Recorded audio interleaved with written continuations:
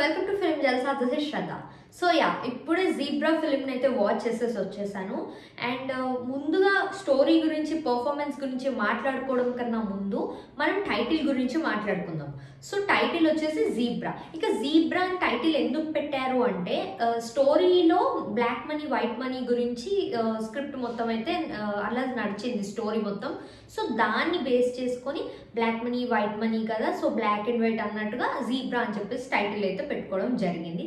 And స్టోరీలోకి enter అయితే recent టైమ్స్లో అయితే ఇలా బ్యాంక్ గురించి, డబ్బు గురించి, బ్లాక్ మనీ, వైట్ మనీ అని చెప్పేసి లక్కీ భాస్కర్లో ఒకప్పటి దాన్ని అంతా చాలా క్లియర్గా చూపించడం అయితే జరిగింది. ఒకప్పుడు ఎలా జరిగేది, ఎలాంటి బ్యాంక్లో ఎలా జరిగేది, బ్లాక్ మనీని వైట్ మనీగా ఎలా చేసేవాళ్ళు, ఎలా స్కామ్స్ చేసేవాళ్ళు అని చెప్పేసి ఒకప్పటి జనరేషన్ది మనకి లక్కీ భాస్కర్లో చాలా స్పష్టంగా అయితే చూపించడం జరిగింది. అండ్ ఇప్పుడు జీబ్రా మూవీలో కూడా అదే, కాకపోతే ప్రజెంట్ జరుగుతున్న జనరేషన్ గురించి చాలా స్పష్టంగా చెప్పడం అయితే జరిగింది.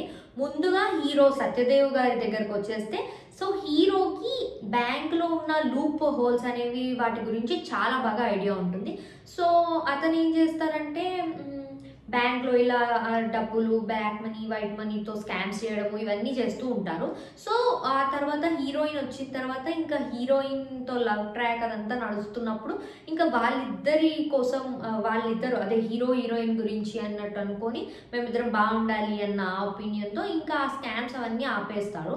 బట్ ఆ తర్వాత ఇంకా కొన్ని సిచ్యువేషన్స్ వల్ల అతను మళ్ళీ పాస్ట్లోకి వెళ్ళి మళ్ళీ అవే సిచ్యువేషన్స్ ఆయన ముందుగా ఎలాంటివి అయితే స్కామ్స్ అవన్నీ చేసేదో అది మళ్ళీ చేయాల్సి వస్తుంది. సో మళ్ళీ ఆయన పాస్ట్లోకి వెళ్ళేసి ఏం అవుతుంది, ఎలా ఉండబోతుంది, ఎలా ఫేస్ చేస్తారు అనేది అయితే స్టోరీ లైన్.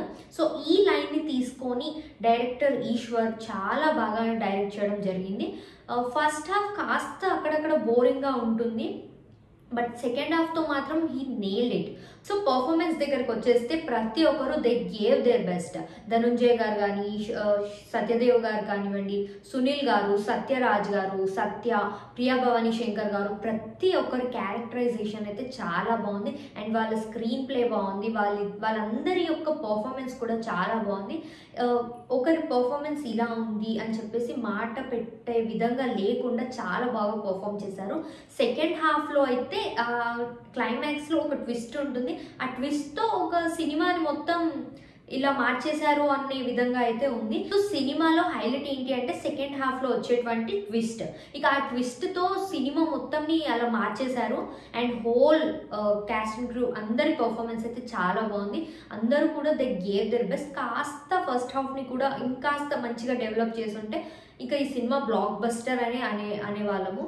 ఇక ఆ మూలంగా కొంచెం కాస్త అక్కడ డౌన్ఫాల్స్ అనేవి ఉంది. బట్ సెకండ్ హాఫ్తో మంచిగా హ్యాపీగానే థియేటర్లో నుండి బయటకు వచ్చేలా అయితే పంపించారు. అండ్ సో జీబ్రా ఫిలింకి నేను ఇచ్చే రివ్యూ 5కి 3.